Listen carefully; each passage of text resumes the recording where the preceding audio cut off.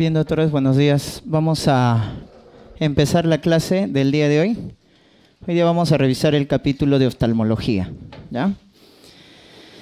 Bien, recuerden que en el aula virtual están las resoluciones de las evaluaciones diagnósticas, ¿ya? Les vuelvo a repetir, es importante que lo revisen a modo de repaso, ¿ya? De los capítulos que están dando examen. Hoy día vamos a ver la parte de oftalmología. Este es el temario, ¿ya? Recuerden siempre también la tendencia de los temas más preguntados, ¿no? Dentro de cada capítulo, ¿ya? Y acá el tema más preguntado, miren, es el tema de ojo rojo, ¿ya? Que es donde vamos a explayarnos un poquito más. Bien, el material de lo que viene a ser el intensivo segunda vuelta es el mismo de primera vuelta. Lo que vamos a hacer simplemente es ahondar en la parte clínica, ¿ya? La parte de básicas sí les pediría que lo repasen del curso de primera vuelta, ¿ya? Entonces es el mismo material, tienen que traer su manual siempre de acuerdo al temario, excepto en las clases de otorrino y neurocirugía, que como recordarán se dio separatas aparte, no está dentro del manual, ¿ya? Y para los doctores que se están incorporando, ahí sí en el manual están todas las clases que vamos a revisar ahora en la segunda vuelta, ¿ya? Bien, entonces en lo que es patología de anexos vamos a recordar la parte de blefaritis, ¿no? Lo que viene a ser la inflamación del borde palpebral, ¿ya? Es importante que recuerden, estos dos han sido pregunta de examen. Lo que está de amarillo, recuerden, es porque ha sido pregunta de examen. La diferencia entre orzuelo y chalacio, ¿no? El cuadro de orzuelo, importante que recuerden que es algo agudo, infeccioso, y cuando te pregunten la bacteria que causa más infección de los anexos es el Staphylococcus aureus, ¿no? Conjuntivitis, blefaritis, dacrioadenitis, dacriocistitis, Staphylococcus aureus es el más frecuente, ¿ya? Es el cuadro agudo, por lo tanto es doloroso, ¿ya? Genera dolor, como ustedes pueden ver, ahí hay signos de flogosis. Si te preguntaran qué tipos de orzuelo hay, tipo de orzuelo interno y externo, ¿ya? El interno es porque se infecta la glándula sebácea. ¿Quién es la glándula sebácea? Meibomio, ¿no? Y externo es la glándula de Seyss, que también es sebácea, acuérdate, Seyss, sebácea, y la glándula de Moll, que es sudorípara, ¿ya? La glándula de Moll, que es sudorípara. Entonces hay dos tipos de orzuelo. El manejo es médico, ¿ya, doctores? Colirios a base de antibióticos. El manejo es médico. Cuando hablamos en cambio de chalacio, esta es una patología crónica en la cual se forma un granuloma, ¿ya? Es una patología obstructiva, ya no infecciosa. Se obstruye lo que viene a ser el canal de la glándula sebácea, que es la glándula de Meibomio. El chalacio es por obstrucción del conducto de la glándula de Meibomio. Se forma un granuloma que da un tumor que es indoloro. Recuerden la característica, como pueden ver acá, es una tumoración, nódulo, indoloro en el borde palpebral, en el párpado. Entonces viene a ser el chalacio, ¿ya? Acá sí el manejo es muchas veces quirúrgico, sobre todo si es de gran tamaño, si mide más de 4 milímetros, hay que operar, ¿ya? Más de 4 milímetros. O si no, podemos inyectar corticoides, si es pequeño, menos de 4 milímetros, se inyecta triamcinolona, cuando es pequeño el nódulo, ¿ya? Triamcinolona. Pero en la mayoría de los casos se opera, ¿ya? Se opera. Ya está. Entonces acá la pregunta característica es la glándula de Meibomio. Está en la parte interna del borde palpebral y es una glándula sebácea, ¿correcto? Acuérdense. Seyss y Meibomio son glándulas sebáceas. Moll es glándula sudorípara, ¿ya? ¿Dónde está la glándula de Seyss y Moll? Está en la parte externa, miren, en la parte externa, Seyss y Moll. En cambio, Meibomio está en la parte interna, ¿ya? Eso es muy importante que recuerden. Entonces hemos revisado la causa bacteriana de blefaritis, donde la causa bacteriana más frecuente es el Staphylococcus aureus, también llamado estafilococo coagulasa positivo, ¿no? O también le llaman el estafilococo dorado, ¿ya? Tiene esos nombres. Si te preguntaran un parásito que infecta el borde palpebral, es este de acá, ¿no? Demodex, genera pústulas, pápulas, ¿ya? Y también hay causas dermatológicas que inflaman el párpado, ¿no? Por ejemplo, ahí está rosácea, ¿no? Que causa blefaritis posterior con enrojecimiento, rinofima, ¿no? Característico, dermatitis seborreica también, que causa blefaritis anterior, los pacientes con dermatitis atópica también, psoriasis, estas son causas dermatológicas que dan blefaritis. Otras patologías de anexos tenemos acá el borde palpebral, miren, cuando el borde palpebral, como pueden ver acá en el gráfico, está evertido, o sea, está hacia afuera, miren, ¿no? El borde palpebral está evertido hacia afuera, eso se llama ectropion, ¿ya? Ectropion, está evertido el borde palpebral. ¿Esto qué genera, doctores? Les preguntaron. Queratopatía, recuerden, querato es la córnea, queratopatía de exposición, ¿ya? Entonces, como el párpado está evertido, la córnea se expone más, y eso va a generar una queratopatía de exposición, ¿ya? También las pestañas, miren, se pueden evertir. Las pestañas normalmente deben estar hacia afuera, ¿no? Si están invertidas hacia adentro, ¿ya? Si están hacia adentro, invertidas, eso se llama triquiasis, ¿ya? Ese es el término, triquiasis.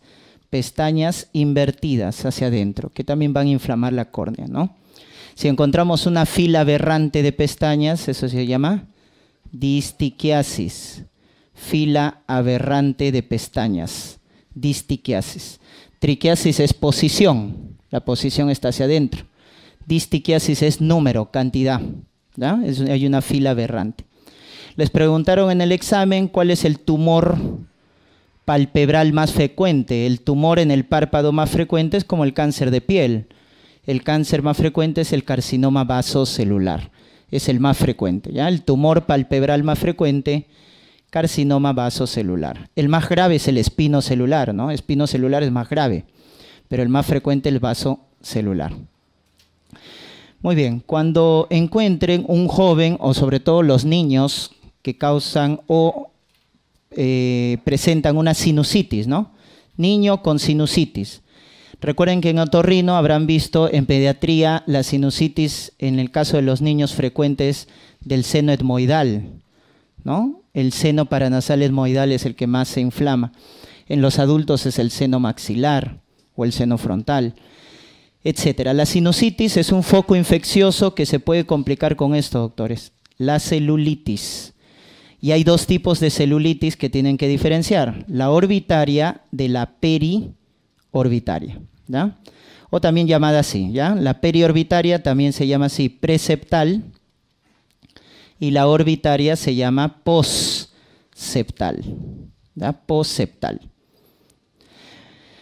Entonces, estos dos cuadros inflamatorios infecciosos, dicho sea de paso, porque también la causa, ¿quién los produce? Estafilococo, estreptococo, ¿ya? Las causas son cocos gram positivos. Estafilococo, estreptococo pueden producir celulitis. ¿Cuál es la más grave? La orbitaria.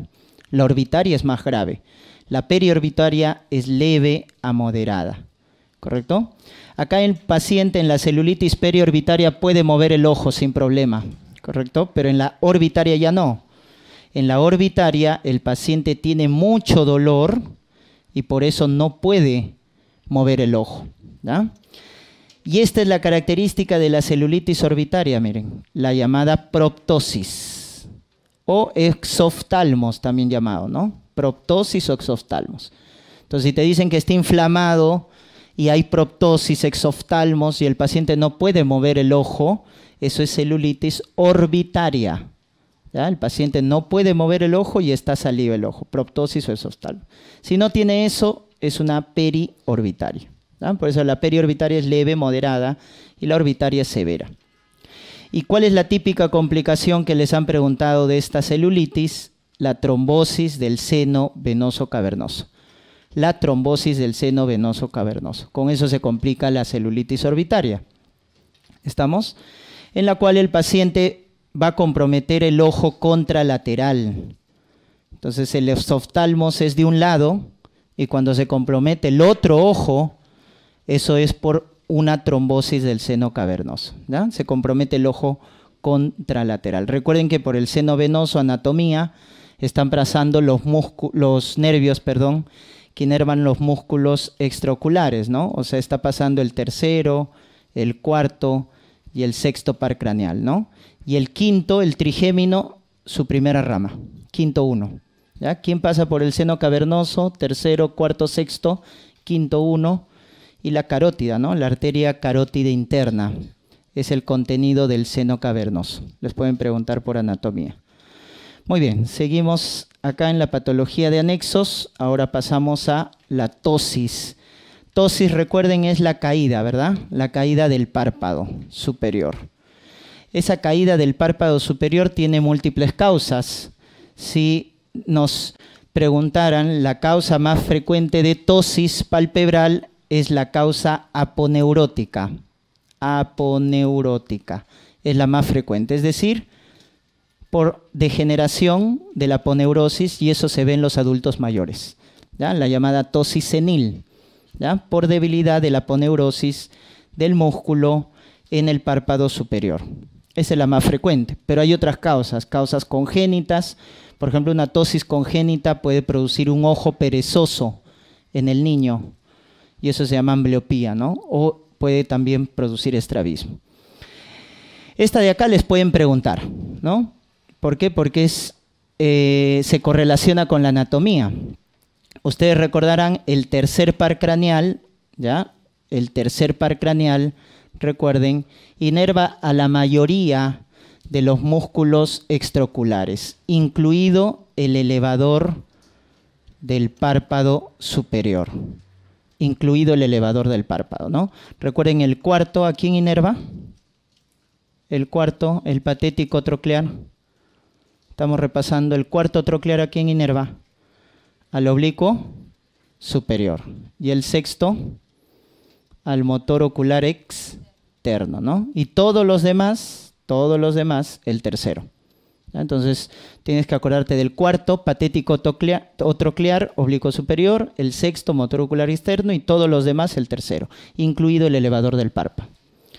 Entonces, cuando se lesiona el tercero, se lesiona, el elevador del párpado superior. Por eso el párpado se cae, ¿correcto? Y aparece la tosis palpebral, ¿ya?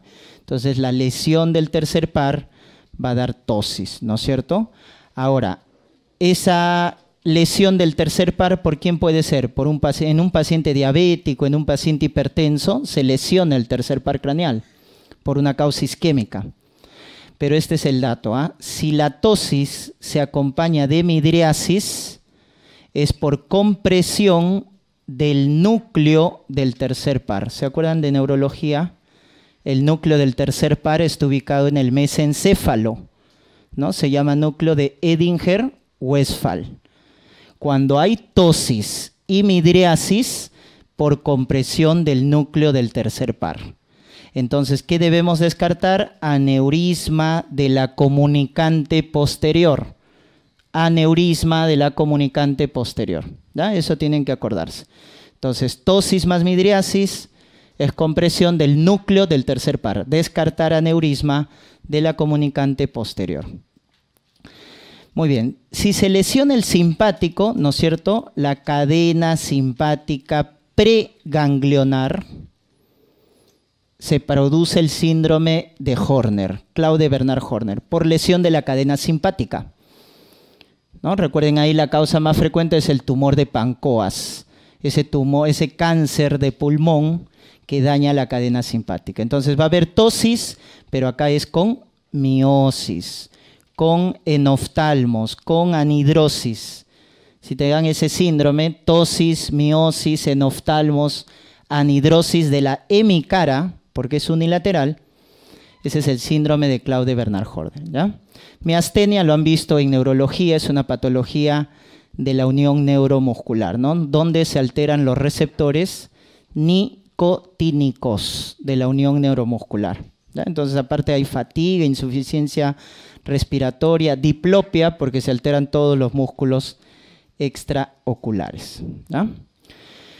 Muy bien, cuando se pierde, doctores, la simetría de lo que viene a ser los ojos, ¿no? La alineación de los ojos, se pierde esa simetría de la alineación de los ojos, se llama estrabismo, ¿no es cierto? Entonces acá vemos, por ejemplo, un ojo normal, ¿no?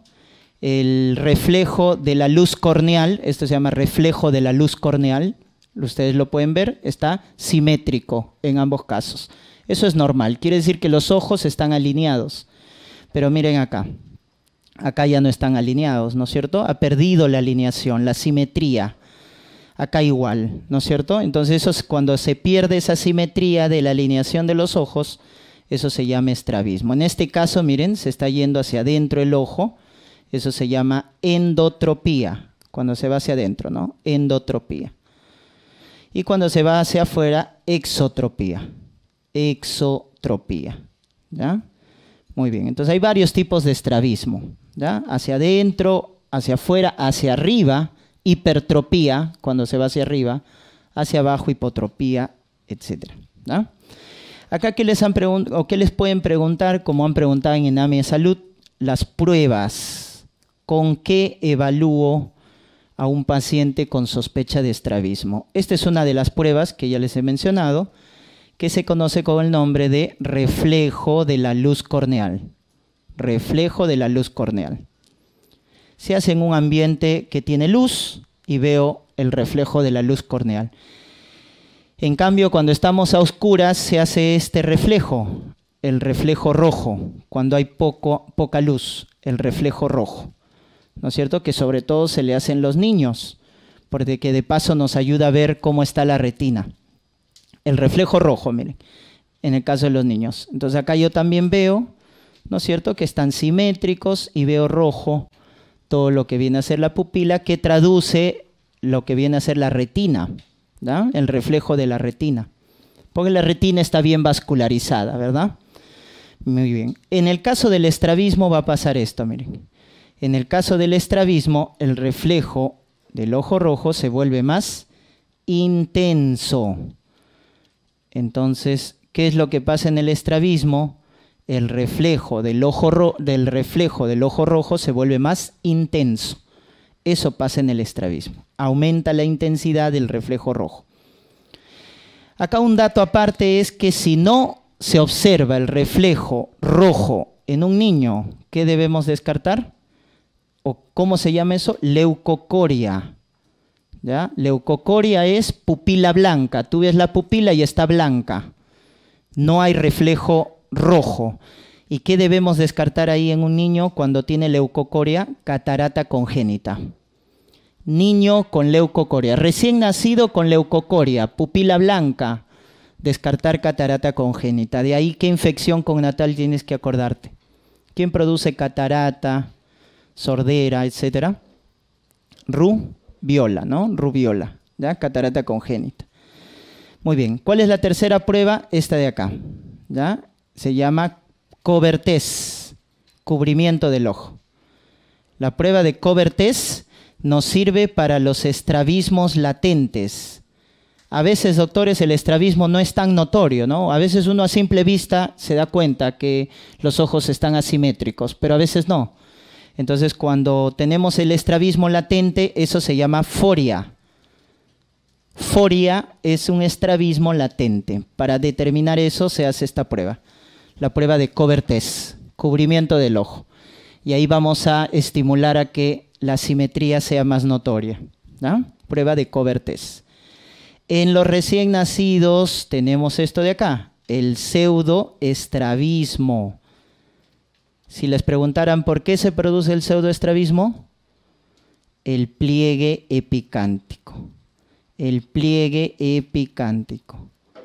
Recuerden, algunos recién nacidos tienen este pliegue en el epicanto y eso da a simple vista que los ojos están asimétricos, ¿ya? Entonces siempre hay que descartar esto, el pseudoestrabismo, por la presencia del pliegue en el epicanto. Muy bien. La inflamación, doctores, de la glándula lagrimal principal se llama dacrioadenitis. Adenitis, glándula. La inflamación del saco lagrimal se llama dacriocistitis. ¿Estamos? Dacriocistitis, se inflama el saco lagrimal. Dacrioadenitis, la glándula lagrimal principal. Por lo tanto, son dos conceptos diferentes, ¿ah? Pueden ser agudas o pueden ser crónicas. Las agudas generalmente son infecciosas. Pueden ser de causa viral o de causa bacteriana. Nuevamente, ¿qué bacteria? Staphylococcus aureus. Staphylococcus aureus es la bacteria que infecta la glándula lagrimal o el saco lagrimal. ¿Ya? Muy bien. En el cuadro crónico muchas veces es, por ejemplo, esto de acá, característico, la inflamación del saco lagrimal. Muchas veces se inflama, ¿por qué? Por obstrucción. Por obstrucción. Se obstruye el conducto nasolagrimal. ¿Ya? Una pregunta de anatomía es ¿dónde drena el conducto nasolagrimal? ¿En qué meato drena el conducto nasolagrimal? ¿Superior, medio, inferior? En el inferior. El conducto nasolagrimal drena en el meato inferior, por si acaso. Entonces, cuando se obstruye ese conducto nasolagrimal, este saco, el saco lagrimal, se inflama, como están viendo acá, ¿no? Entonces, ahí muchas veces hay que hacer cirugía, sobre todo en los adultos. En los adultos donde se obstruye el conducto nasolagrimal hay que operar. Se llama dacriocistorrinostomía, la cirugía, ¿ya? Dacriocistorrinostomía, la cirugía cuando se obstruye el conducto nasolagrimal. Muy bien, entonces esas son las inflamaciones de la glándula y del saco lagrimal. Ojo, hay otra patología que es de los canalículos, se llama canaliculitis. Se inflaman los canalículos lagrimales. ¿Y quién lo inflama más frecuentemente? Una bacteria, pero ya no es Staphylococcus aureus, sino Actinomyces israeli. Ese es el dato, ¿ah? ¿Quién produce canaliculitis? Actinomyces israeli. ¿Ah? Ese es el dato. Ya no es estafilococo. Estafilococo es en orzuelo, es en dacroadenitis, dacrocistitis, conjuntivitis, forúnculo, foliculitis, etcétera, ¿no? Ese es Staphylococcus aureus. Canaliculitis es Actinomyces israeli. Muy bien. Doctores, si les preguntaran, y les han preguntado, por eso está subrayado de amarillo, en el recién nacido también se obstruye el conducto nasolagrimal. En el recién nacido se obstruye el conducto nasolagrimal. Y eso se llama dacrioestenosis. Dacrioestenosis. Entonces se obstruye, y miren cuál es la clínica. Como se obstruye el conducto nasolagrimal, el niño empieza a tener aumento de la secreción lagrimal, ¿no? Eso se llama epífora. Epífora, lagrimeo constante. Entonces tiene secreción constante. Y acá lo que deben recordar es la conducta terapéutica. El 90% de los recién nacidos responde a esta técnica, ¿no? Masaje del canto interno. El 90% responde al masaje del canto interno. Ese es el tratamiento. No es cirugía como en el adulto. Acá hay que hacer masaje del canto interno. Y se observa por 6 meses. Si persiste, se hace intubación o también llamado sondaje. Ya se coloca una pequeña sonda. Y el último recurso es la cirugía, la dacriocistorrinostomía. ¿Se dan cuenta? Entonces ese es el dato. Si les preguntan obstrucción del conducto nasolagrimal en el adulto, hay que operar. ¿En el recién nacido? No. En el recién nacido primero es masaje del canto interno. No responde, sondaje. No responde, recién la cirugía. ¿Estamos?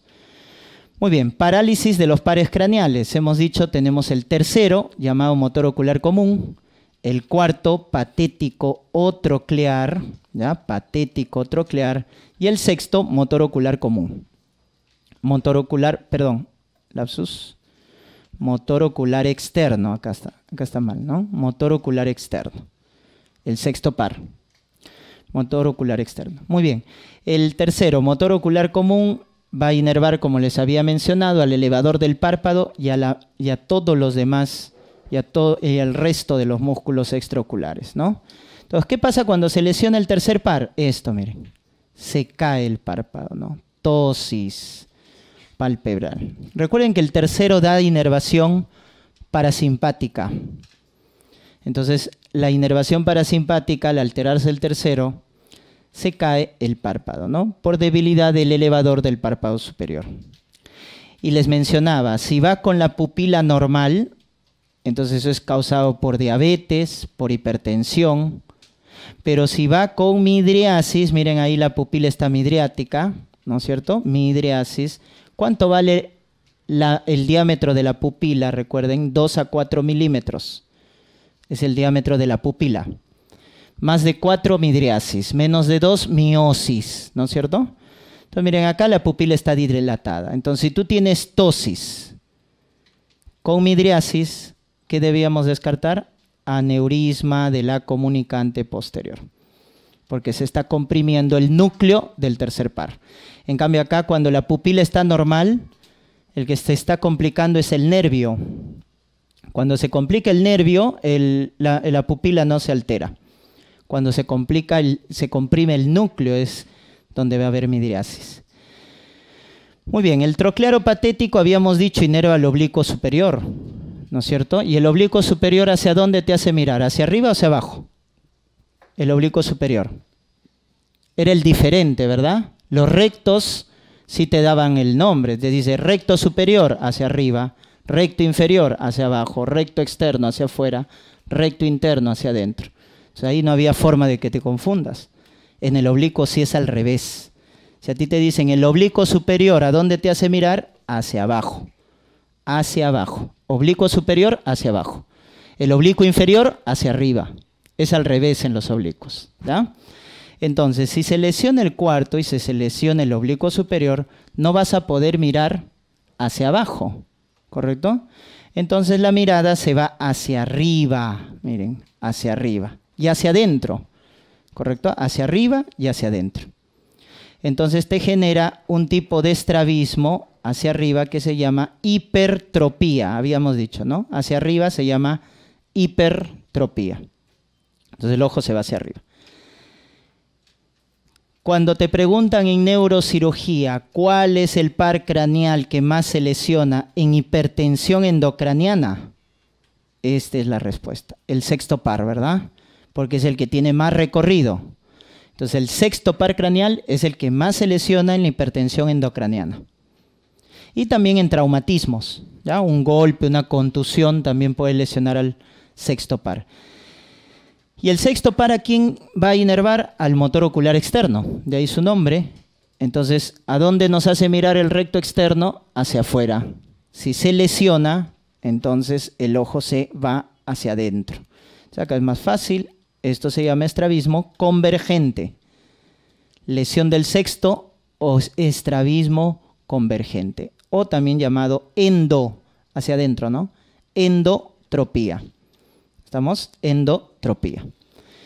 Muy bien, doctores. Eso es entonces con respecto a la lesión de pares. Ojo seco, rápidamente, ¿ya? Seroftalmia, ¿no? O el ojo seco. Dos tipos de ojo seco, doctores. Por disminución de la síntesis de la película lagrimal. Miren cómo es las lágrimas, ¿ya? Las lágrimas tienen tres, ¿no es cierto? Tres capas. De adentro hacia afuera. ¿Cuáles las capas? Miren, esta es la córnea, ¿no? El epitelio de la córnea. Y la lágrima va por encima. Tiene tres capas. La mnemotecnia es mal, acuérdense. Mal. Mucina, capa acuosa y capa lipídica. Tiene tres capas. Mucina, acuosa y capa lipídica. La más abundante, como ves, es la capa acuosa. Es la más abundante. Entonces, cuando esa capa acuosa está deficiente, ahí hablamos de esto, de este ojo seco, ¿no? Acuodeficiente, por disminución de la síntesis. O sea, no se está formando, las glándulas lagrimales no forman la capa acuosa. Y el típico ejemplo ahí es el síndrome seco, ¿no? El síndrome de Sjögren. Ojo seco, boca seca, etc. ¿Ya? El síndrome de Sjögren. También cuando hay obstrucción, bloqueo del reflejo, también del parpadeo, fármacos, por ejemplo los beta bloqueadores, los antidepresivos, algunos productos que se usan en acné, la isotretinoína también puede generar ojo seco, ¿ya? Beta bloqueadores, antidepresivos, isotretinoína. Eso es por disminución de la síntesis. Si acá te preguntan cómo se llama la prueba o test diagnóstica para el ojo seco en el síndrome de Sjögren, ¿se acuerdan? ¿Cómo se llamaba? Test de Schimmer, muy bien, test de Schimmer. El test de Schimmer sirve para la evaluación del ojo seco por disminución de síntesis. Ya está. Pero el otro tipo de ojo seco es el evaporativo, ¿correcto? El evaporativo. En la cual, ¿qué es lo que pasa? Si se forma, miren, la capa acuosa. Lo que se está produciendo es eliminación rápida. ¿Por qué se elimina rápida? Porque miren, la capa lipídica es la que está alterada.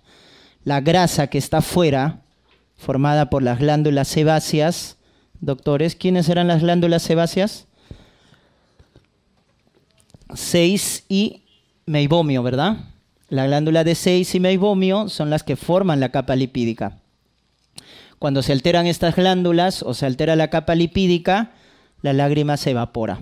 Entonces también va a generar ojo seco, pero se llama evaporativo, ¿no? Ahí está, falta de grasa o el déficit de vitamina A.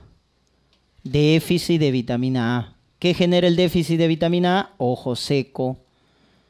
¿Qué más? Ceguera nocturna. Y el dato específico, ¿no? ¿Cómo se llama esta mancha? La mancha de Bitot. Mancha de Bitot. Por el déficit de vitamina A, ¿no? Te dicen ojo seco, ceguera nocturna, mancha de Bitot, déficit de vitamina A. ¿Ya? Muy bien, ese es entonces el ojo seco evaporativo. Muy bien. Ahora sí, pasamos al tema más importante que les mencionaba, que es ojo rojo. Y cuando nos han preguntado cuál es la causa de ojo rojo más frecuente, o consulta oftalmológica más frecuente, la conjuntivitis. ¿Ya? La conjuntivitis es el ojo rojo más frecuente o la consulta oftalmológica más frecuente, doctores. Hay varios tipos de conjuntivitis, pero clásicamente vamos a tener estas tres, que son las más importantes: la bacteriana, la viral y la alérgica. ¿Ya? De manera didáctica tenemos esos tres: bacteriana, viral y alérgica. Entonces, lo primero que deben recordar, porque les han preguntado, es la etiología. ¿Ya? Cuando está de verde es porque ha sido varias veces preguntado. O sea, una pregunta repetitiva. Cuando está de rojo es porque lo han preguntado en este año. ¿Eh? Este año lo han preguntado, cuando está subrayado de rojo. ¿Ya? Eso para todos los docentes. ¿Ah? Todos los docentes deberían hacer eso, porque se ha indicado eso. Entonces, miren, en la causa bacteriana, si nos preguntan la causa más frecuente de conjuntivitis bacteriana en adulto o niño, eso lo han preguntado a cada rato, Staphylococcus aureus o Staphylococcus coagulasa positivo. Diferente si me dicen en el recién nacido. Recién nacido, que también tal vez lo veas en neonato, recién nacido con conjuntivitis, la causa más frecuente es clamidia, también llamada conjuntivitis de inclusión. ¿Ya? Conjuntivitis de inclusión. Entonces, ¿por qué el recién nacido se infecta por clamidia? Por el canal del parto, ¿no? Por el canal del parto, porque la mamá ha tenido una cervicitis mucopurulenta por clamidia. ¿Ya? ¿Cuál es el diagnóstico diferencial en el recién nacido? Gonococo. Gonococo. Entonces, acá tú te tienes que acordar la diferencia entre clamidia y gonococo en el recién nacido. Ya no te puedes equivocar. Uno es con el tiempo de enfermedad. Si te dicen recién nacido que está en los primeros 3 días y tiene conjuntivitis, ese es gonococo. Cuando aparecen los primeros 3 días de vida. Se aparece, ¿no es cierto?, entre el 7º, 10º día, clamidia. O sea, clamidia es más tardía. Aparece después. Gonococo aparece muy precoz en los primeros días de vida. Clamidia, primero su secreción es mucosa y luego purulenta, muy purulenta después, pero mucosa, purulenta. O sea, secreción mucopurulenta te dicen. En cambio, gonococo te dicen secreción muy purulenta, ¿no es cierto? Muy purulenta. Está llorando pus, como están viendo, miren en el gráfico esto. Esta es una típica conjuntivitis por gonococo, muy purulenta y muy precoz. ¿Ya? Entonces, cuando te digan es muy hiperaguda y muy purulenta, eso es gonococo. ¿Ya? ¿Con qué se complica clamidia? Con neumonitis. Típica pregunta en neonato, ¿no? conjuntivitis, neumonitis, eso lo produce clamidia. Gonococo puede dar una gonocosemia y producir sepsis, ¿ya? Producir sepsis. Hay que dar terapia antibiótica por vía sistémica en ambos casos. Si ustedes les preguntan en el adulto, en el niño, ¿cómo se trata la conjuntivitis? Con gotitas, con pomadas, o sea, manejo tópico. En el recién nacido no.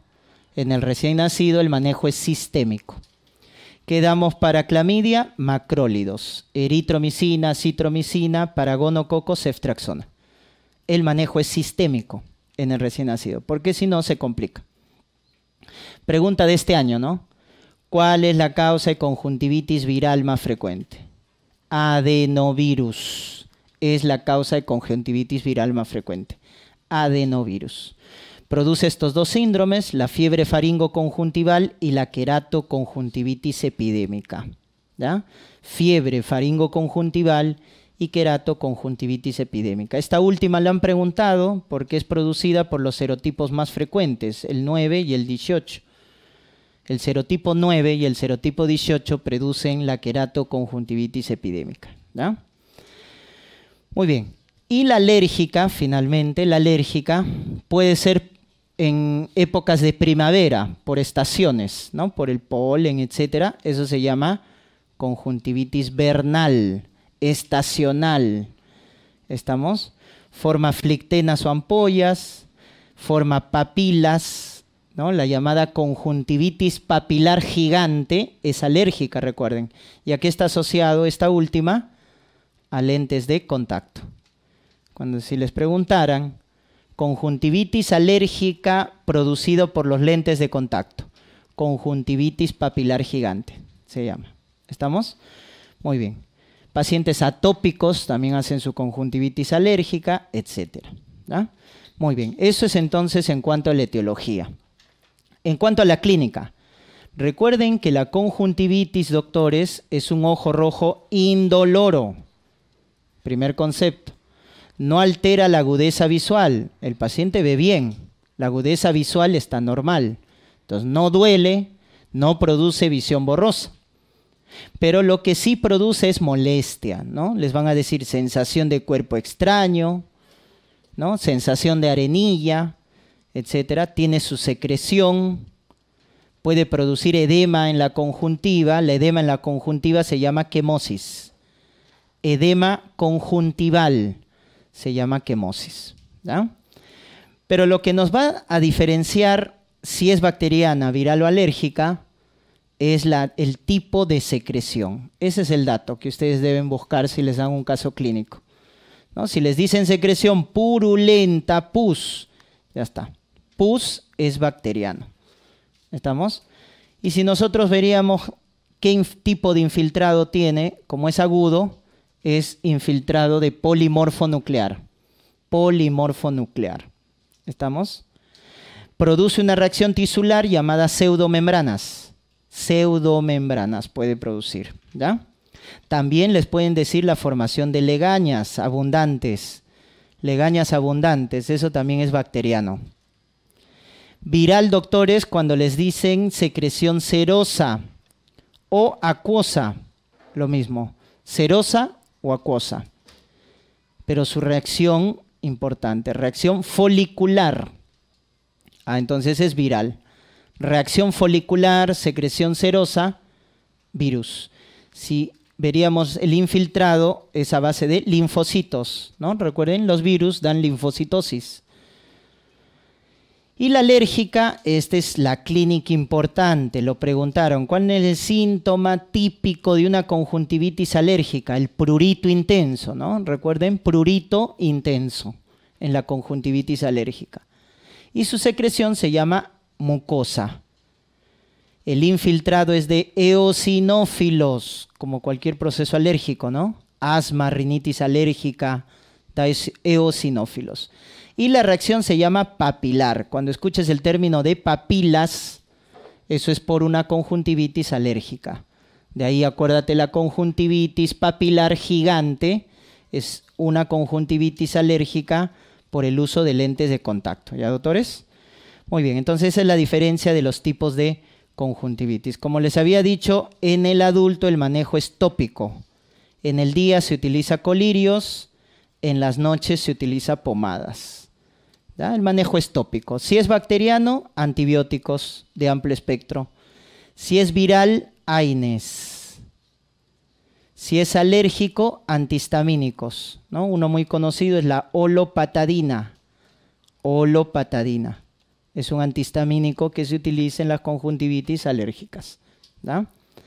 En esta conjuntivitis papilar gigante, si les preguntaran, el tratamiento es con corticoides. Como es grave, el tratamiento es con corticoides, la conjuntivitis papilar gigante. Muy bien, eso es entonces lo que deben recordar de la conjuntivitis. Si les preguntaran esta triada, artritis, uretritis, conjuntivitis, ¿quién produce eso? Artritis, uretritis y conjuntivitis. En reumatología, ese es el síndrome de Reiter o artritis reactiva, ¿no? De la artritis reactiva. Ya está, estamos relacionando. Artritis, uretritis, conjuntivitis, síndrome de Reiter, ¿ya? O artritis reactiva.